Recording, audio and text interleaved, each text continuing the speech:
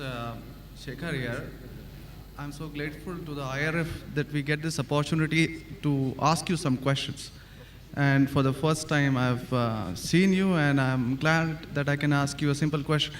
I am a businessman, and one of my, or rather, my only hobby is studying religions.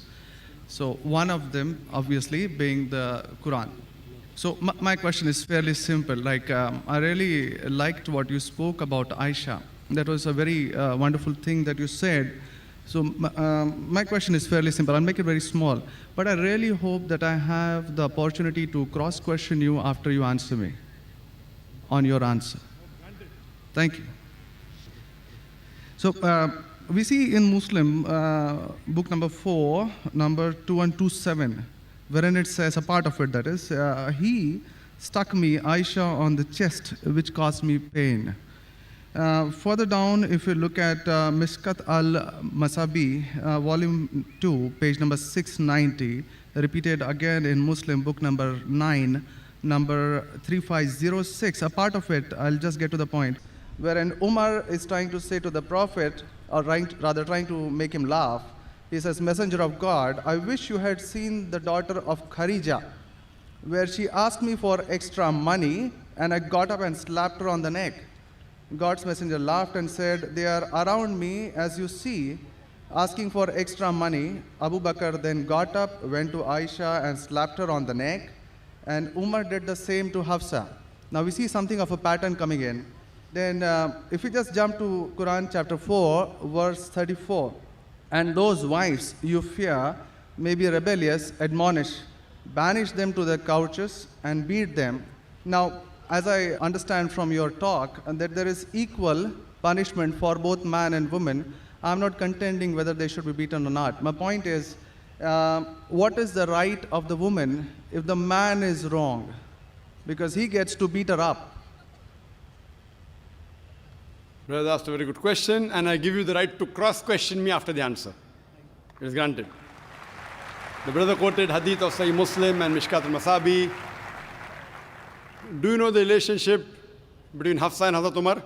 Well, I've not really got to the point that much. I'm still studying. Do you know the relationship of Aisha and Abu Bakr? May Allah be pleased with them both. Her father, if I'm not mistaken. That's right. I'm asking you a question. Are you married? Yes. Yes. Do you have a daughter? 2 of them. 2 of them, fine. I get to go to heaven. Sorry? I get to go to heaven. No. If you bring them up correctly, I remember with love and compassion, then you'll go to heaven, otherwise not. But, just kidding. But that is only righteous deed. Without iman, you can't enter Jannah. So for you to go to heaven, besides upbringing your 2 daughters correctly, you have to follow the laws of the Quran and the Sahih Hadith and be a believer. I understand. That we'll discuss after answer to you. I understand. After answer, inshallah. I'm asking a simple question. Suppose your daughter, if she wants to jump from a 10-story building, what will you do? I'll stop her. Is she adamant? What will you do? Point, yeah. You get the point, very good.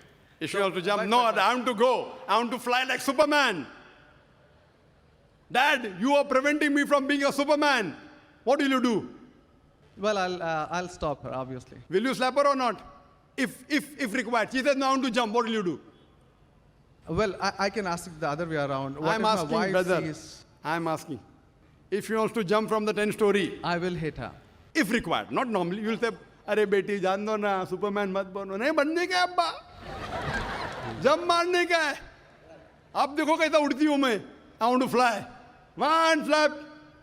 A father is cruel to be kind. Yes. Now, our beloved Prophet Muhammad said, anyone who does not love Allah and His Messenger more than his own life, he is not a Muslim. Anyone who does not love Allah and His Messenger more than his own life, he is not a Muslim. So there are many occasions what happened that sometimes they were disrespectful to the husband. Not a normal husband, Prophet Muhammad sallallahu alaihi wasallam. There were many occasions, not one occasion. There are many occasions, Hazrat Umar, may Allah be pleased with him, and Hazrat Abu Bakr, may Allah be pleased with him. When they came to know that one of the wives has caused pain to the Prophet, they were the father-in-law of the Prophet. But they loved the Prophet not only more than their daughter, they loved the Prophet more than their own life. There are many occasions. Which occasion you are referring to, I don't know. There were occasions when they came to know that my daughter has caused pain to the Prophet of Allah. How dare she does it? They being father, they have the right to slap. Not you and me. For us, they are the Ummahatul Mu'mineen. They are the mothers of the believers. But yet, they were human beings. Even the wives of the Prophet. Though they were wives of the Prophet, they are the best examples, yet they were human beings and they did make mistakes. Like the ayah recited by the Qari, Surah Nisa chapter 4, 32. They want equal rights. There was in Surah Azab chapter 33, where the wives of the Prophet tell the Prophet, why don't you give us the luxury of this world? They objected. Why are we undergoing such a life of poverty? So Allah sends a revelation. If you want this world, I will grant it to you, but you will not get Jannah. The verse of the Quran says, I will free you. That means, if you want, I will let you go free. Divorce, not that he divorced. And you can get the luxury of this world, but you won't get heaven in the hereafter. And the wives of the Prophet, they repented and they asked for forgiveness and Allah forgave them. So here also it's in context. And going against the Prophet is more bad than jumping from top. Jumping from top, your daughter will kill herself, that's it. Correct? But going against the Prophet is more bad. Did you get the answer? Sir, but my question still stands. I understood your point. I haven't completed my answer. Okay, you asked the question, no problem. My question is pretty simple. I haven't completed my answer yet, brother. All right. Because I know your question was in two parts. Then you quoted the verse of the Quran, Surah Nisa, chapter 4, 34. Yeah. And said about wife beating. I want to complete that before you answer. Otherwise, you said Zakir answered half. I only answered one part of your question regarding hadith. The second part is of Surah Nisa, chapter 4, verse number 34. Exactly after the verse that was recited by the Qari. After verse which says, Ar-Rijalu Qawwamuna 'ala an-Nisa, that the men are the protectors of the women. The verse says that if they're disobedient, then don't talk to her. After that, don't share the bed. Then the Arabic word is daraba, means beat her lightly. The Arabic word is beat her lightly, daraba. Ibn Abbas, may Allah be pleased with him, said, when you beat your wife, you should not beat on the face. Point number one. Point number two, when you beat your wife, there should be no mark left on her body. And he gave an example, beating with a miswak. Miswak is toothbrush. In modern way, I will say beating with a handkerchief. Handkerchief. Now, if you beat your wife with a handkerchief,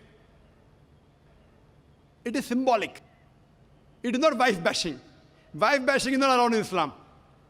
Wife bashing means one shot on the face. Hit so hard so that the mark remains. She'll remember you for the next 1 week or 2 weeks. In Islam, wife bashing is prohibited. It is daraba, means beat her lightly. That means first you tell her she's wrong. You admonish her. Don't share the bed with her. Ultimatum. Last warning. Beat her lightly. Now, what I said, for any crime committed, the punishment is same. Punishment is same. Beating lightly is not a punishment, it is a warning. Can you do the opposite? Can the daughter hit the father? What if your daughter slaps you? Will you like it? No. Why? Equality. Let me complete my answer. You talk about equality. If your daughter slaps you, will you like it? No. No. There may be occasion when you get lunatic, when you become very old, and if you want to jump and then she slaps you, I will agree with her, correct? Though you said, no, I'm agreeing with you. I understand. I'm helping you. You understand, but you don't understand me. No, I do. I'm helping you. Okay. If you grow up and you become a lunatic, you become senile, you want to jump from the 10th story, your daughter says, Abba, mat karo, don't do, father. She may have to slap you. She's doing in good faith. Accept it. Right? Now here, where a husband is giving a warning to the wife, if the wife does the same, what will the retaliation be? Imagine, suppose there's a massive person, bodybuilder comes and acts macho with you. If a small man comes, maybe you'll hit him. A macho person, Arnold Schwarzenegger, comes and tells you something. Will you hit him? Will you hit him? No. Though you may have a lot of guts, but Arnold Schwarzenegger, no. Why? Similarly, since Allah says in the previous verse, man has been given more strength than the woman. So a physical warning, a symbolic warning, a man can give to a woman can't give to a man. A woman can't. There are other things. There are other things she can do. Such as? Such as, for example, if she has to cook food in the house, It's the duty of the husband to get market. She can refuse to cook. If you don't get market, I will not cook. She can object. Very well. She can object saying, I will not cook. It's an objection on her part. If, for example, he's not offering salah is important, she can object nicely, with love and affection. My dear husband, please offer salah. Then she may get a little bit angry also, no problem. Getting angry with husband is not allowed, unless it's for the sake of Allah and His Rasul. But not physical. She can't get physical. If she gets physical, there will be retaliation. It will never work. Imagine your wife slapping you. Will you leave her? Fine, you may say, Jaan do. So, what do you realize? This is a symbolic beating. What the Western media has done, they portray as though it is wife bashing. Where is wife bashing? You know the hadith also. So, because of that, Islam is the best way of life. It shows you how to lead life with your wives also. Hope that answers the question. If you have any counter question, you're most welcome, brother. Yes, actually 2 points on that. Primarily, the first thing that is said is a daraba, which means basically tapping. And as I understand from the Hands Word Dictionary, it comes from the word idrib. And now, if you look at it, the Arabic word is used in 2 ways. One, to strike up a poem, the word idrib, from which the word darwa is taken out. The first is to strike up a poem, and the second, which is used 12 times in the Quran, is a physical action of striking. Strike off? Strike up a poem, or Strike second, up a poem. strike up a poem, metaphorically. Second part is the physical action of striking. It's used again in Surah 8:12, wherein it about an angel strike off their heads, strike off the very tips of their fingers. The same word is used. So how can the same word be interpreted there as lightly, but here as Very cutting good off question. the second part? Very good question. Very good question. The second part is that if we come back to Sahih Bukhari, volume 7, number 715, again, the respectable, I truly mean that, respectable woman Aisha, a great scholar, I read about her, narrated, Aisha said that a lady came wearing a green veil and complained to her, that is Aisha, and showed her a green spot on her skin caused by beating. It was the habit at that time for women to support each other, means when they get beaten up, so you support each other. So when Allah's messenger came, Aisha said, I have not seen any woman suffering as much as a believing woman. Look, her skin is greener than her clothes. That was my second part. As for second part, I'll answer first, and first part, I'll answer second. No problem. She's complaining to the Prophet that somebody has done injustice to her. It doesn't end saying the Prophet agreed with it. If someone has done injustice, if we read ahead in some other hadith, the Prophet may have done justice to her. It doesn't say that someone beat her and the Prophet agreed with it. Correct? She's just reporting that maybe there is injustice done to a woman. That's it. The moment she's complaining means she's disagreeing with it. She didn't say, Prophet, I heard a very good thing I saw, that the woman was beaten up. The moment she's complaining means the wife, Hazrat Aisha, may Allah be pleased with her, disapproved of it. So the lesson we get from this is, no one should beat the woman such a way that she becomes green. But sir, see, the exact statement she makes is that I have not seen any woman, that's Aisha herself, it's not my interpretation, I have not seen any woman suffering as much as the believing woman.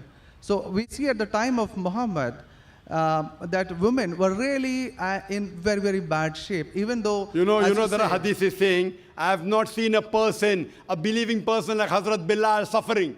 What was he suffering from? His master tortured him and said, don't say there's one God and I will leave you. Hazrat Bilal, may Allah be pleased with him, on the death stone, he's agreed to die. He will say, I will not denounce Allah. I will keep on saying, La ilaha illallah Muhammad Rasulullah. There's no God but Allah and Prophet Muhammad is a messenger. He's taking the pain. That means if I say Hazrat Bilal is a believer who is being tortured, that does not mean that what act that being done on Hazrat Bilal, may Allah be pleased with him, is right. It is wrong. but he's a believer who's taking the pain. In this context, we have to see the context and go to the Shara. You have to see Fath al-Bari. And what was the woman? Was she? What was she? Who tortured her? Was it the master? Was she a slave woman? You have to go to the Shara. I'm not a muhaddith. I'm telling you what the answer can be. You have to go to the Shara and find out. Why was she? Who hit her? Who beat her? Did the husband do? Was the husband a believer? There are 10,000 reasons. But Just sir, because- excuse me, in Mishkat al-Masabi, Brother Shekhar, volume 2. Brother Shekhar, Yes. what I would like you to do, there are so many people waiting at all the mics. Precisely, concisely, I would like you to put your question in a few words and then close. Because you got such a big sheaf of papers, there are many people I see waiting with small slips just or one something. question. So we cannot allow this whole thing to go on. This is not a debate session. It's a question and Brother. answer session. I want you to put your question in the next 4 sentences. Let Dr. Zakir answer so that all the many ladies standing there here also get a chance. We have exactly 1 hour, 12 minutes left. We have very occupied sorry 20 about minutes already. Brother, initially you asked 2 questions answered. You said, I want a counter. What counter you gave? In the counter, you're asking 1 more question. I don't mind answering your 100 questions, but in this rule, 1 question at a time, go behind the queue, no problem. You asked 2 questions, give the answer. You said, I want a counter question. With the counter question, you're asking 1 more question. So, I'm very kind, I don't mind. I would love. After finishing, you can come in the cabin. And inshallah, I will answer all your questions. I want to ask you, after I answer your question, what will you do? Will you believe in the religion Hazrat Aisha believed? Yes or no? I yet have to answer your counter question. Well, it's not just this one point. There are many, many more. I'll answer inshallah all. How many are there? 10, 20, 50, 100? How many? Well, we can sit on that. How many approximately? Well, there are many more. I have not How really many? counted them. 10, 20, 100, 1,000, 10,000? How many do you have now in your mind? Well, I do have. How many? 10, 20, 30? How many? Yeah, probably quite a few. Maybe, Quite a few is how much? 5 or 10? Approximately. I don't know, maybe 100 questions. 100 questions you have? Brother, after this session is over, we sit together. Okay? Write down all the 100 questions. Inshallah. Inshallah. I will try and answer everyone. Okay? I request you, we'll spend the full night together. I don't mind, because you're a seeker of truth. And I'm also a seeker of truth, and my job is to try and clarify the truth. Not that I'm a scholar. I will try and answer all the 100 questions. But I doubt whether you'll be able to write 100 questions. I doubt. Coming to your main counter question, brother. That will be basically counter question. Counter question of yours is that daraba has got 2 meanings. One is strike off the head. You ask me then, how do you come to know which is correct? Correct? Exactly. In the counter question, don't ask 1 more question. That means you're breaking the rule. Sir, I'm just refuting what you said. Not refuting. See, you asked a counter question. Counter question was of daraba, has got meaning of striking.